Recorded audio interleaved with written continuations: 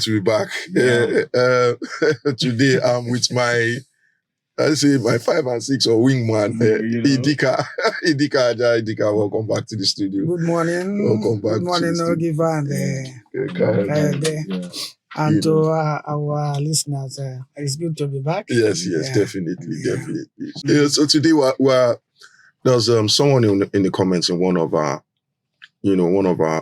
shows, and the person was like, we keep on talking about finances, we keep on planning for the future per se, but we've never really spoken about retirees and how they can, actually plan for it and generally secure the future after work. So today we're looking into investment strategies for retirees in 2025.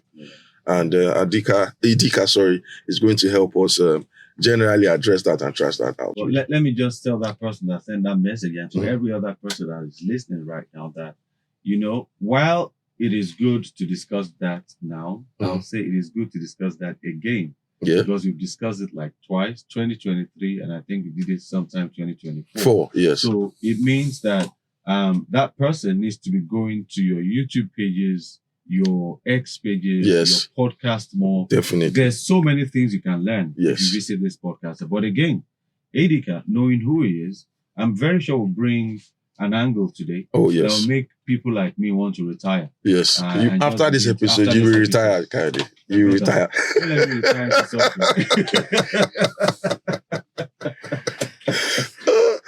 we're actually even going to break it down, so the layman can understand. The benefit of everything. Yeah, exactly.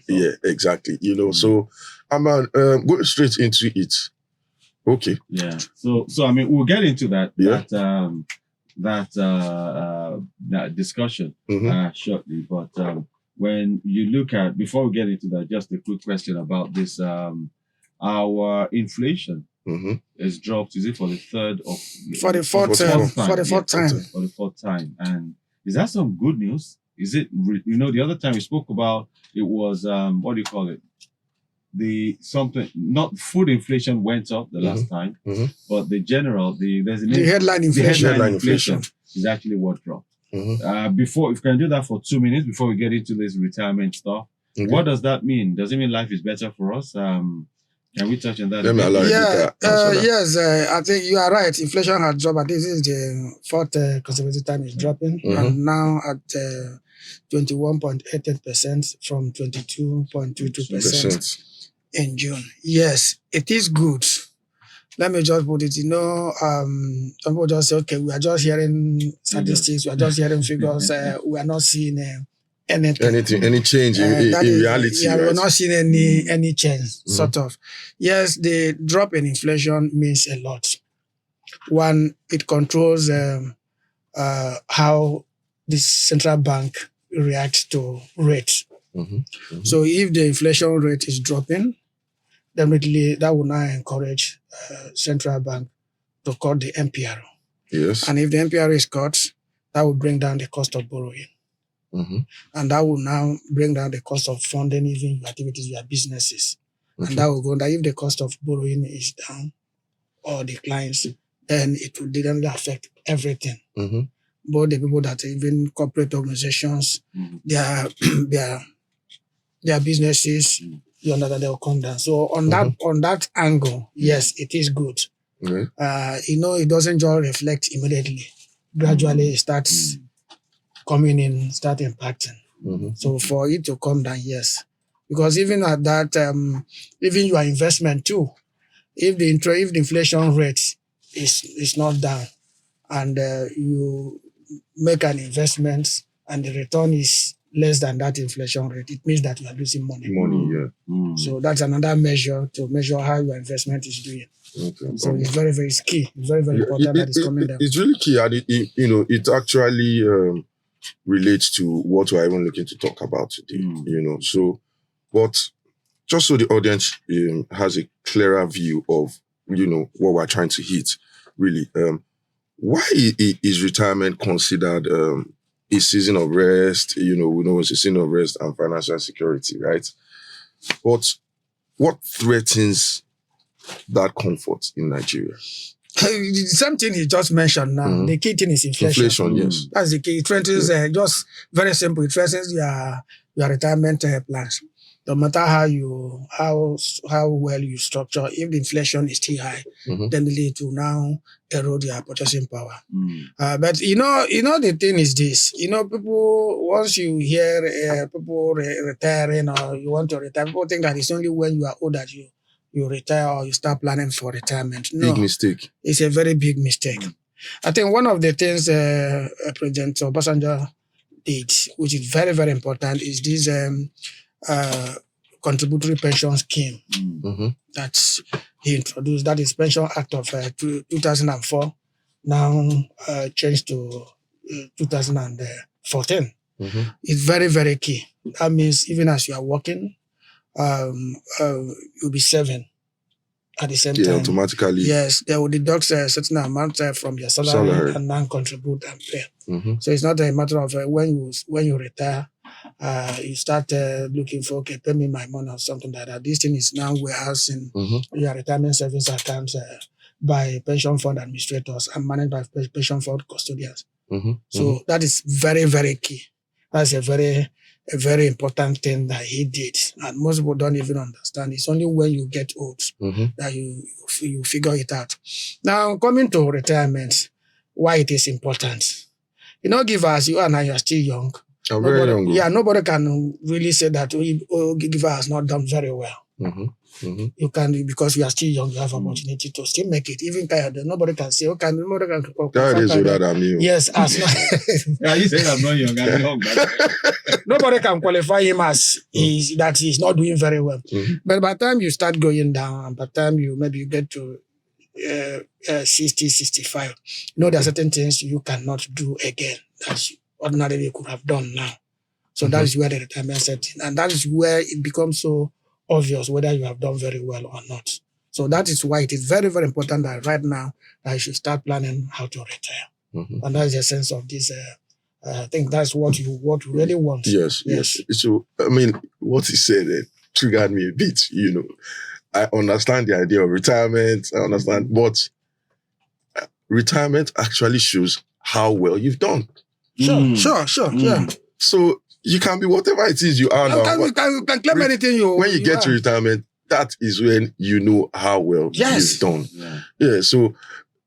And that is the engine. That is the main thing. Yes, exactly. So there are certain things you cannot.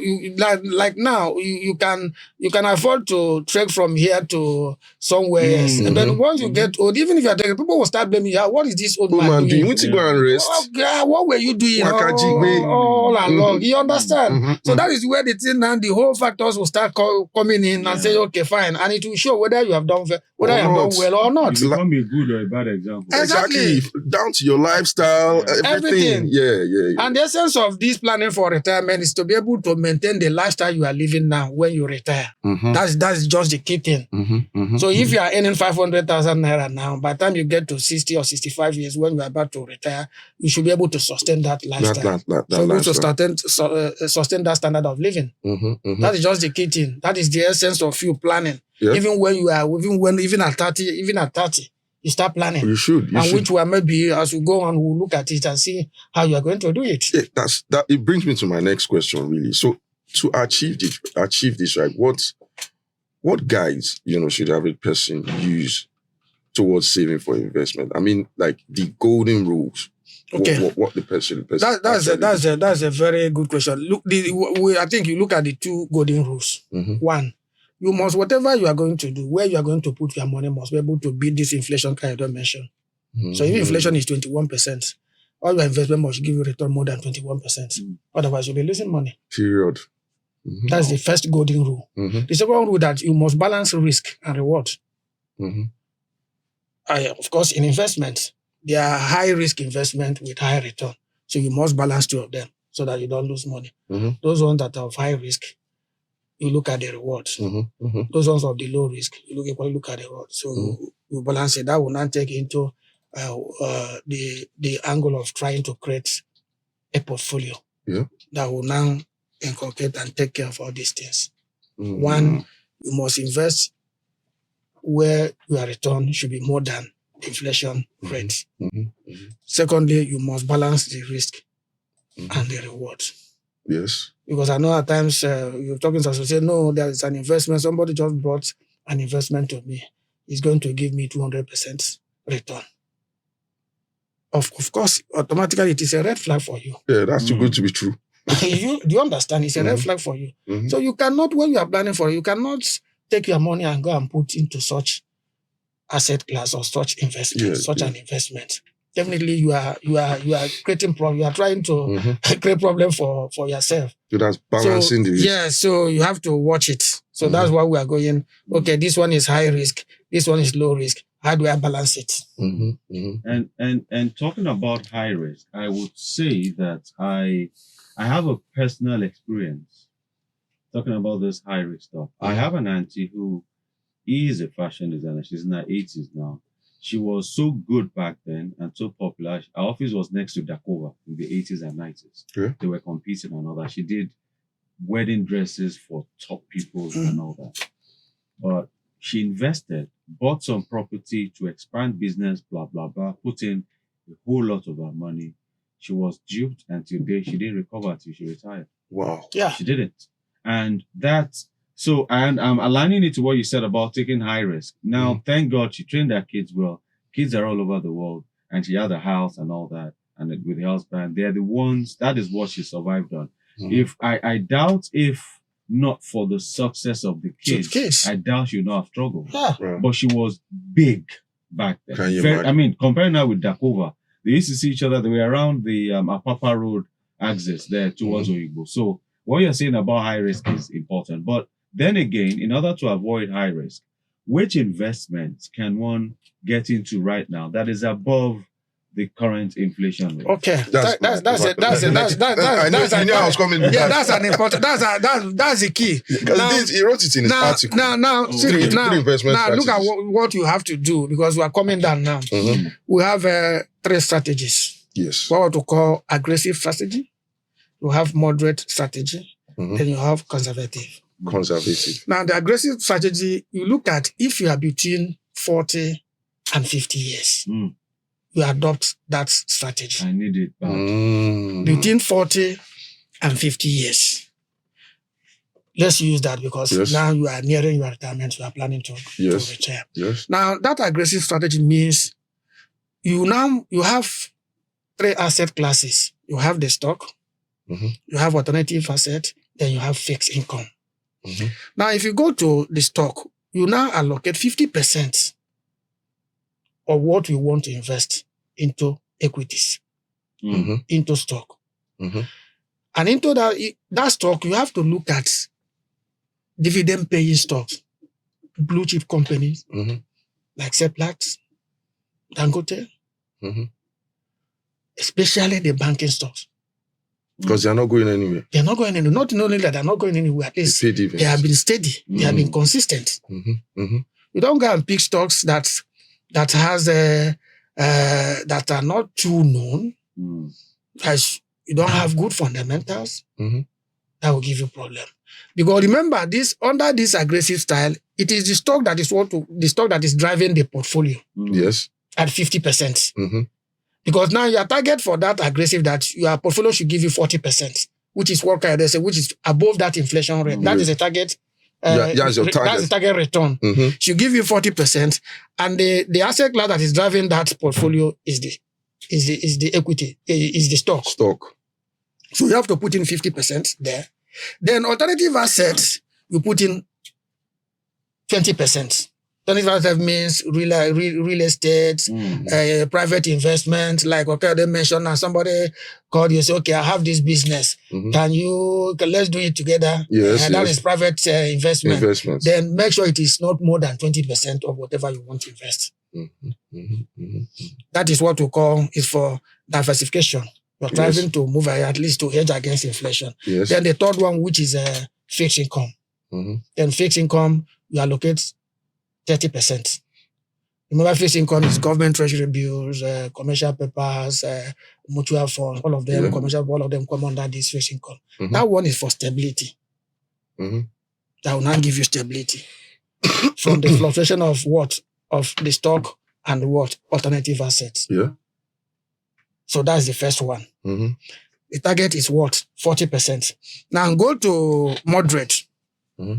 Moderate, moderate is between 50 and 60 years.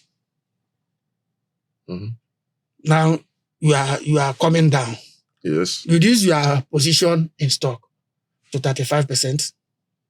Okay. Maintain the 20% in alternatives. Mm-hmm. Then increase your position in fixed income to 45%.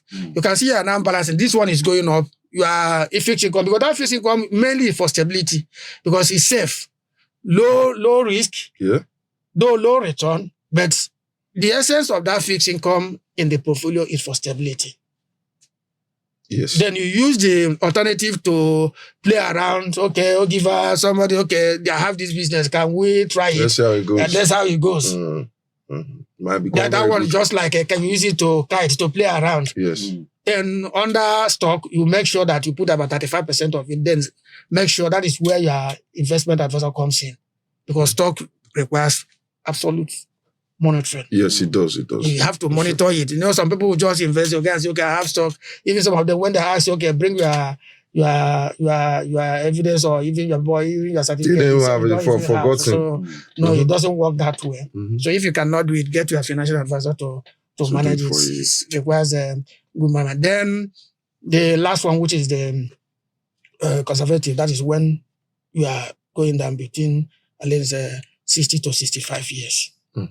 You can now increase your holding in your fixed income to about, let's say, maybe 70%. Because now you don't want to lose money. Yes. Because you can't afford. Because if you lose money, it will affect you. Your back is weaker. BP. High BP. So you take that one to 70%. Yes. Alternative 10%. Equities 20%. Then in that equities, what you do there is focus on only dividend paying stocks. That can give you regular income. So once they know some of them pay biannually 2 times in a year, like the banking stocks, some of them pay 2 times in a year. After first half, they declare dividend, they pay you. End of the year, that is the following year, when they declare close for the year, around January when they declare their result, they pay another one. You see, that will give you stability. But I mean, you've listed a couple of investment options. I don't know, but nowadays you hear a lot of people in their 40s to 50s, even people in their 50s, saying they are going into FX trading. I have a friend who told me that, I mean, during COVID, he said when he had just about 5,000 in his account, he didn't even know where to turn. Thankfully, from nowhere, government gave him the 200,000 naira. He was shocked that he could even get that because he didn't know anybody. He said then he went into FX. That was FX trading that saved him. Is FX trading a viable option to plan for retirement? So that even in your old age at home, you could just do the trading and be making the little peanuts and survive on that. Yes. Alternative, right? That is correct. You are correct. Yes. It comes on, you are getting it. It comes under alternative. Yes. And I'm giving you the percentage. You understand under alternative. If you are aggressive, remember alternative is 20%. Under aggressive strategy. Yes. 20%. It's 20% under aggressive strategy. So you can put those forex, gold. Commodities, all those. Because the risk is also very high. Yeah, the risk is also very high, but it can give you a hedge against inflation. You can use it to hedge inflation. Do you get the point? So, but the only thing, the concern is that what is the allocation to that particular asset class? And I'm saying, if you are aggressive, if you are still young, you can put 20% of your investable fund into the alternative assets. Put 50% in equities, 30% in fixed income. Fixed income, you can go for commercial papers that can give you almost 22 or 23%. So that will equally, by the time you structure it very well, you can even exceed that target of 40%. Because there's a way you place your alternative investments. You can make or break you really. You can even get even more than that 40%. But what we are saying is that there should be that risk return matching. Very, very important. So that you don't lose your money. But remember, we are planning to retire. Yes. So that you don't rely on your children. Yeah. And like going back to what you said earlier on, I actually saw a post on social media a couple weeks back where a mom was complaining about having a discussion with her daughter, and her daughter told her that she's not going to take care of her. You know, she said she's not going to take care of her. That is not by force. You're the one that gave birth to me. I didn't ask to be. At least that's your responsibility to take care of me. And the mom was, shocked. Yes, she was shocked. She shouldn't be. We have not trained the children of this next generation. We've not trained them to be family oriented. Yes, I agree with you. Individual. Selfish. I will use the word selfish, and I don't mean there's nothing negative about it. Really. You know, it's selfish. The word selfish, the context can actually, like self-focus. Yeah, so selfish is them. I think the better option is for a parent to understand that training your children is just your responsibility. It doesn't mean that they have to come back take care of you. And that's why you have to plan. So even if you plan very well, you can equally control what they do, even at that retirement age. Because what happens is that because you are not independent, you are not on your own, you cannot do things on your own. So whatever they dish out to you, you take it. You take. You don't have any. You don't have any. So you go back to the way they were. So that is why it is very. That is why it is very, very important. Pocket money. Even if at age 30. You can start planning. Because if you are 30, you can even increase your allocation to equity to about 80%. Because yes, you can afford to. You are young. You can afford to play around. By the time you start getting to 40, you can now drop the allocation to 50%. But just to add, discuss this further. So if you're saying 30, you could increase your risk appetite at that age. So which means that if you're in the university, it's actually a good time to start investing. Sure. So that there you could take out the risk and then master the process of investment. Sure. And by 2030, you become a guru advisor. Really. Let me tell you, you see, if you don't have any outlets, you are working, you don't have any outlets. I bet if you come out, maybe you're working and you retire and you come out, and maybe they give you bulk money, say maybe 20 or 30 million naira. And if you don't have any outlet where to put that money, don't have any, that you don't have any business, don't have any investment, I'll tell you, if you come out, the system will collect half of that money first. In the process of you learning. By the time you realize what is happening, half of the money is gone. 30 million is nothing these days. You understand? So that is why even when you are young, even at 30, when you are investing, you start building. Like Kayode said, have that culture. Now it is very easy to trade. You have your apps. You can, even at low as 5,000 naira, you can take a position. You can open a money market mutual fund with any of the security firms and give them 5,000 naira. Even if your pocket money, you keep on increasing. By the time you get to 40, you must have even built enough. Then that is when now you start allocating. Even these pension scheme, contribute pension schemes, was just asking me, let them give me my money, let them give me, I want to take it. I said, no, they cannot give you that money according to Act.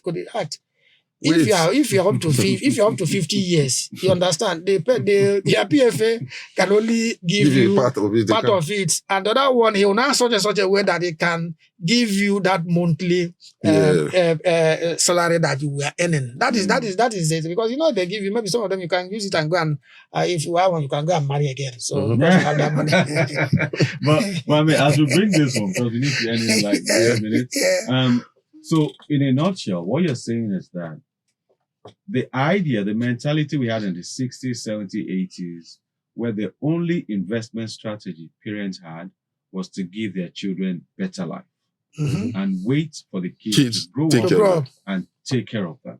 That investment strategy, that era has gone. It's gone. Yeah. You don't do that. It's gone. You don't do that. You have options. That's what we are saying. You have options. You can have that idea all you want till your child tells you, Daddy, sorry.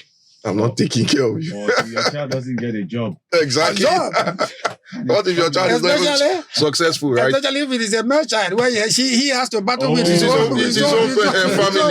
own family. You know, so anyway, you see, as young as you are, you just start saving. So when you talk of investment for retirement, people think it's only when you have retired. No, it's not. It's not. So to wrap up, I have one last question, really. In 30 seconds. Yeah.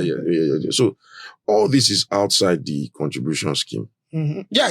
They're outside the contribution scheme. Okay, so what do you have to say about that, really? What in regards to what is you have to say about the scheme itself? Really? Like I said it earlier, the scheme is very, very wonderful. I think one of the best policies Obasanjo they introduced. Mm-hmm. It's very, very good. If you are working, that means you are saving. And going into your retirement savings account. At least you are guaranteed. Yes, you are guaranteed. Once you come out, you can now access it. You can either use it to do what we call program withdrawal. That is your pension fund administrator will administer that one. Or use that money and buy life annuity. Give it to insurance company. Insurance company will not give you life annuity. That means they pay you till the rest of your life. Okay. All right. So let's bring this home. So thank you everybody out there listening. And I advise you all go to the Nairametrics YouTube page and watch this video again. Besides saving for retirement, you also need to strategize to give you longevity. And we'll call it a day. It's been Everyday Money Matters. Thank you very much for helping us break this down. We look forward to seeing you next week, everyone. Take care. Bye.